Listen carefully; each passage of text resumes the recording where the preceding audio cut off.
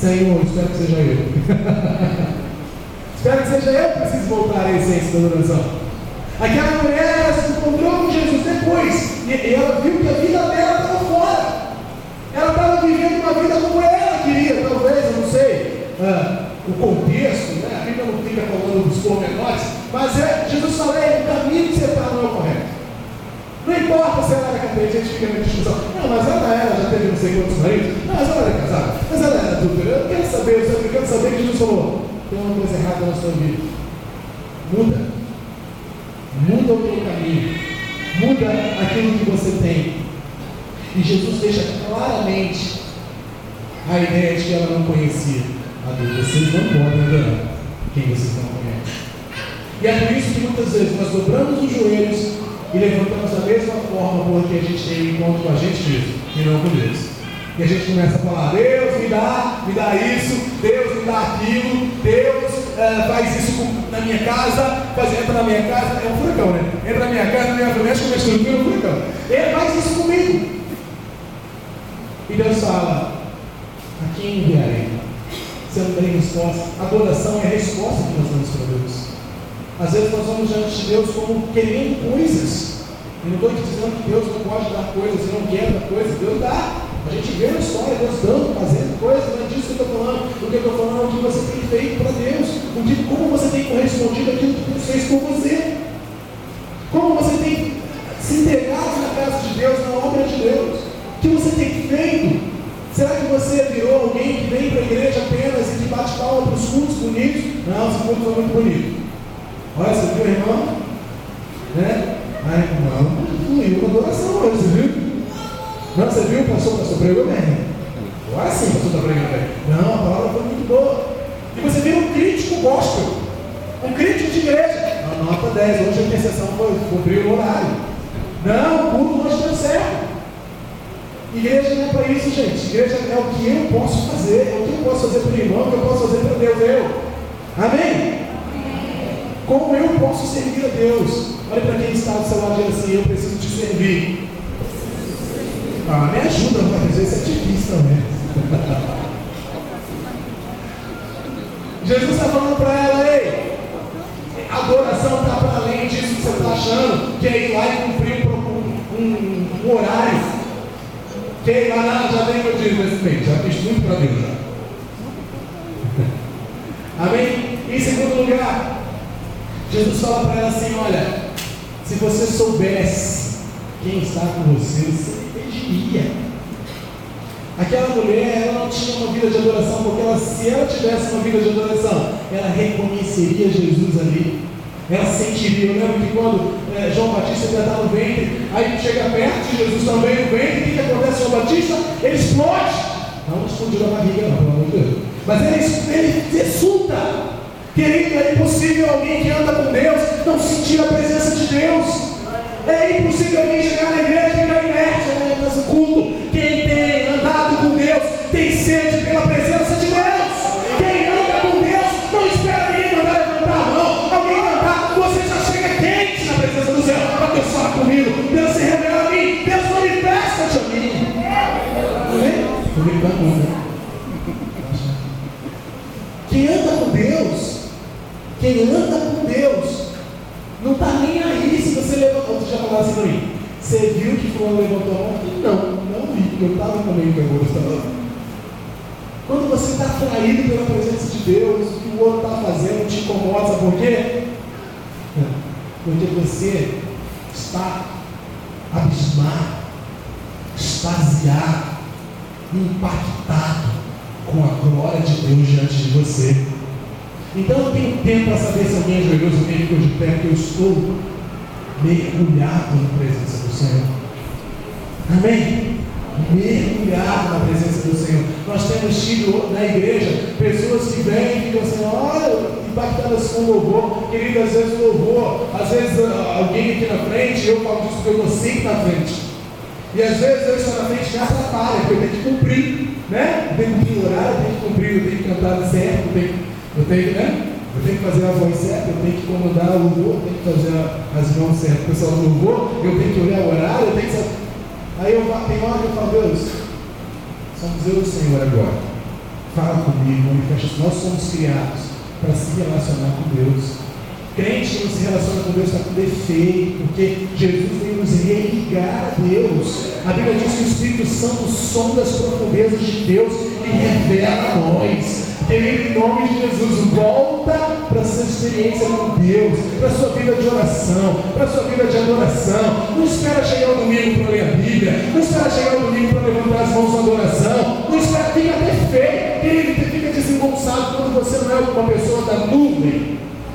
A gente sabe, você sabe que tem uma coisa errada, a oração é meio estranha para você, a oração é meio estranha, você não consegue, você fica, porque você mesmo tem essa vida. Eu estou mentindo?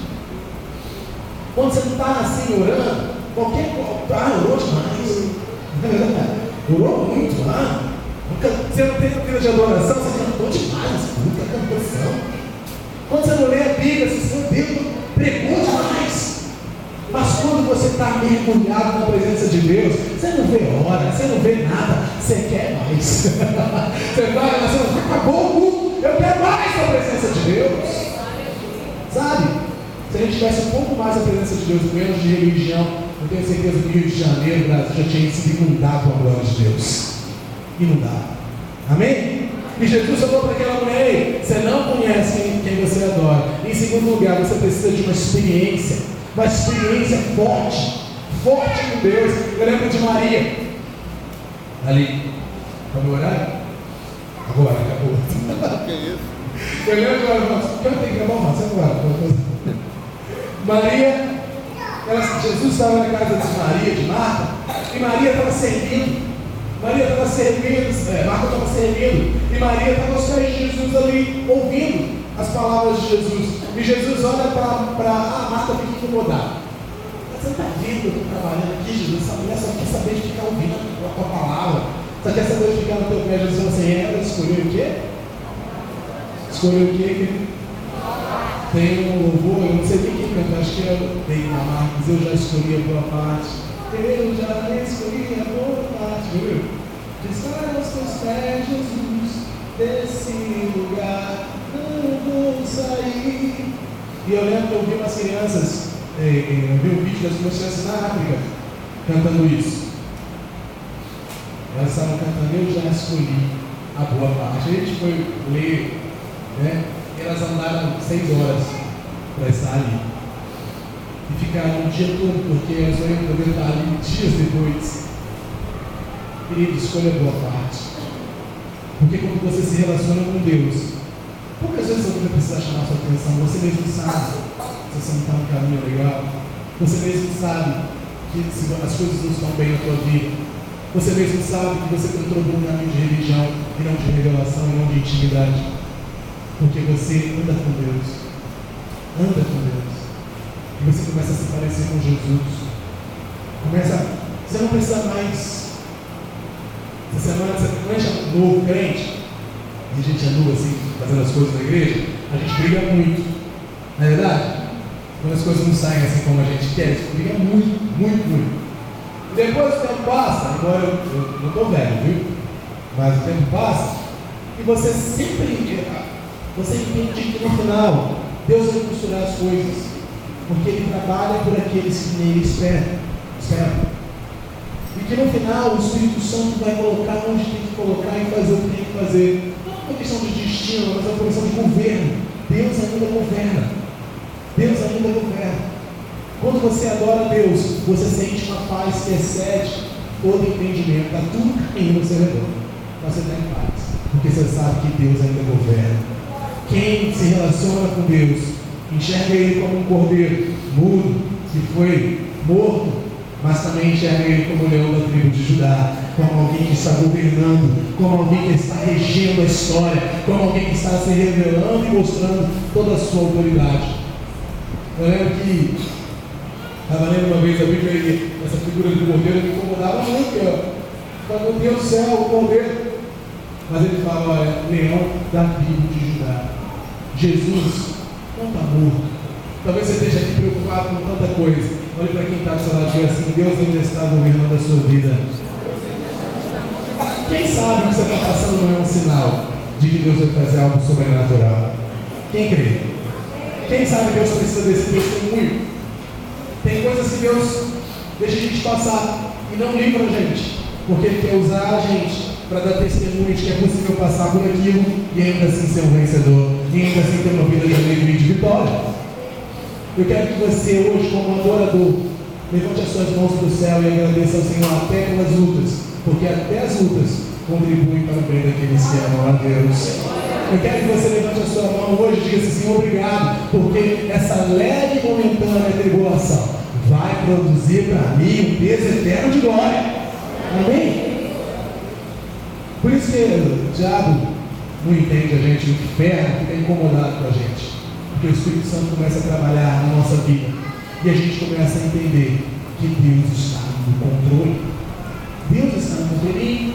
Terceiro, quinto, sei lá que lugar, Jesus fala para aquela mulher que é quando ela tem uma experiência com Deus, e Jesus se revela a ela, fala: olha, eu quero mudar a tua história. E ela ali é confrontada com verdades, porque ela precisa ser apresentada a uma verdade, porque ela vivia uma mentira. Jesus confronta ela, e de repente algo acontece dentro dela, que ela tem necessidade de falar para alguém. Querido, eu não consigo entender quando alguém diz que tem um relacionamento com Deus, mas não está preocupado em falar de Deus. Não tem sentido. A palavra de Deus diz que Ele unge a nossa cabeça com óleo e o nosso cálice transborda. Sabe o que isso quer dizer? Que a unção de Deus na gente, ela encharca tudo ao redor. Aonde a gente vai, a glória de Deus vai com a gente, a presença de Deus vai com a gente. Aí você tem a necessidade, não é responsabilidade, é a necessidade de compartilhar o Evangelho de Jesus.